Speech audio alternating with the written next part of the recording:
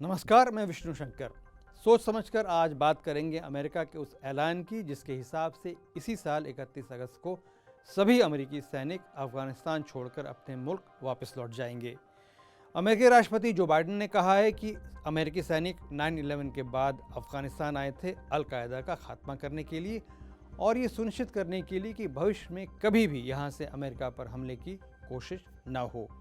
Biden का मानना है कि अमेरिकी फ़ौज ने अपना ये लक्ष्य हासिल कर लिया है और अब उसे यहाँ मौजूद रहने की ज़रूरत नहीं है, क्योंकि अफ़गानिस्तान की सेना तालिबान की मिलिशिया के हमलों का जवाब देने लायक है। अमेरिकी राष्ट्रपति ने यह फैसला किस आधार पर किया, ये कहना मुश्किल है, क्योंकि अफ़गानिस्तान में अमेरिकी सेना के सबसे बड़े कमांडर जनरल स्कॉट मिलर कह चुके हैं कि अमेरिकी सेना के निकलते ही इस देश में गृह युद्ध का खतरा है। भूतपूर्व राष्ट्रपति बराक ओबामा के कार्यकाल के दौरान अफगानिस्तान में मौजूद अमेरिकी फौजियों की तादाद 1 लाख से ऊपर थी। आज इनमें से 90% सैनिक घर वापस लौट चुके हैं, बाकी भी अगस्त के अंत तक जा चुके होंगे, सिवाय उन 650 फौजियों के जो राजधानी काबुल में मौजूद रहेंगे और वहां स्थित अमेरिकी एम्बेसी की हिफाजत करेंगे। काबुल हवाई अड्डा, जो अफगानिस्तान के अलावा अमेरिका और उसके मित्र देशों के लिए इस देश से आने जाने और रसद पहुंचाने के लिए बहुत ज़रूरी है, वो शायद पूरी तरह तुर्की की सेना की हिफाजत में चला जाएगा। देश के सबसे बड़े और महत्वपूर्ण सैनिक बेस बगराम से अमेरिकी सेना पहले ही चुपचाप रुखसत हो चुकी है। 21वीं सदी की शुरुआत करने वाला अफगानिस्तान का ये युद्ध अब अमेरिकी नागरिकों के लिए ख़त्म हो जाएगा।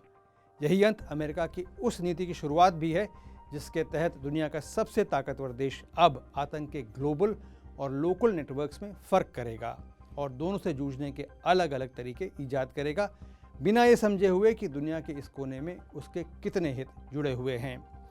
अमेरिकी राष्ट्रपति ने 8 अगस्त के अपने भाषण में कहा कि अब अफगानिस्तान के नागरिकों को फैसला करना है कि वो अपना भविष्य कैसा देखते हैं। जो बाइडेन के अनुसार अमेरिकी सैनिक अफगानिस्तान में देश को बनाने के लिए नहीं आए थे, वो तो अफगानिस्तान के नागरिकों का अधिकार और जिम्मेदारी है। वही फैसला करेंगे कि उनका देश कैसे चलेगा।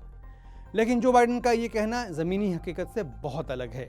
अभी तक तालिबान मिलिशिया अफगानिस्तान के आधे से ज़्यादा हिस्से पर कब्जा कर चुकी है और तेज़ी से देश के बाकी हिस्सों को हथियाने में व्यस्त है। सैनिक जानकार तो यहाँ तक कह रहे हैं कि इस साल के अंत तक या 2022 की पहली तिमाही में ही तालिबान राजधानी काबुल पर भी कब्जा कर लेंगे। तालिबान की अफगानिस्तान पर तेज़ी से बढ़ती पकड़ को ढीला करने के लिए अमेरिका अफगानिस्तान की सरकार की जो मदद कर रहा है वो हास्यास्पद है। पिछले महीने अफगानिस्तान के राष्ट्रपति अशरफ गनी जब वॉशिंगटन में थे तो राष्ट्रपति बाइडेन ने उन्हें 36 ब्लैक हॉक हेलीकॉप्टर और सुपर टुकानो हवाई जहाज़ों की एक छोटी खेप देने का वायदा किया। अब आप खुद ही सोचिए, क्या ये सैनिक साजो सामान तालिबान से निपटने के लिए काफ़ी है? ध्यान देने वाली बात यह भी है कि अफगानिस्तान पर तालिबान के कब्जे से सबसे ज़्यादा नुकसान देश की महिलाओं और बच्चों को होगा, क्योंकि तालिबान देश में कट्टर शरिया कानून लागू करने पर आमादा हैं। ऐसे सभी लोगों को चुन चुन के निशाना बनाया जा रहा है जो अमेरिका और उसके मित्र देशों के हिमायती या मददगार समझे जाते थे। साथ ही मिलिशिया अपने कब्जे वाले इलाके में पिछले 20 साल में हुए सभी निर्माण और विकास के काम यानी सड़कें, पुल, इमारतों आदि को ध्वस्त करती जा रही है। ध्यान देने वाली बात यह भी है कि पूरे मध्य और दक्षिण एशिया, रूस और चीन में भी तालिबान के अफगानिस्तान पर कब्जे के बड़े परिणाम हो सकते हैं। पाकिस्तान में शिया और सुन्नी समुदायों में हिंसा का एक नया दौर शुरू हो सकता है। वहाँ कट्टरपंथी इस्लाम को बल मिलेगा। भारत में जम्मू और कश्मीर में विदेशी आतंकवादी फिर सक्रिय हो सकते हैं। घाटी में हिंसा के नए दौर की शुरुआत का खतरा भी बढ़ सकता है, जो अभी काबू में है। तालिबान ने अफगानिस्तान में रूस का दबदबा कभी नहीं माना है। अगर रूस अमेरिकी फ़ौज की वापसी के बाद वहाँ किसी तरह की शांति बहाली की कोशिश का हिस्सा बनता है तो तालिबान इसे कभी नहीं मानेंगे और इसका पूरा और हिंसक विरोध करेंगे। यही परेशानी अब चीन के सामने भी आने वाली है। चीन अफगानिस्तान में तालिबान की बढ़ती ताकत से चिंतित है और वहाँ शांति बहाल करने की कोशिशों में बड़ी भूमिका निभाना चाहता है।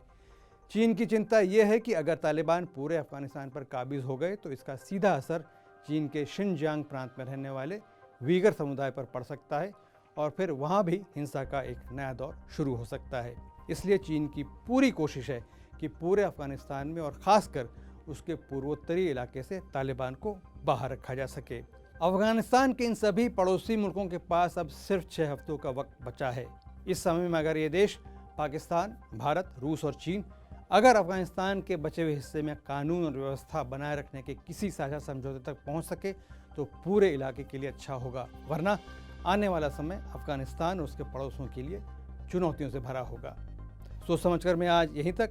अगर आपको ये वीडियो अच्छा लगा हो तो इसे लाइक और सब्सक्राइब करें और देश और दुनिया की सभी खबरों और उनके सटीक विश्लेषण के लिए TV9 डिजिटल से हमेशा जुड़े रहें। विष्णु शंकर को अब अनुमति दीजिए। नमस्कार।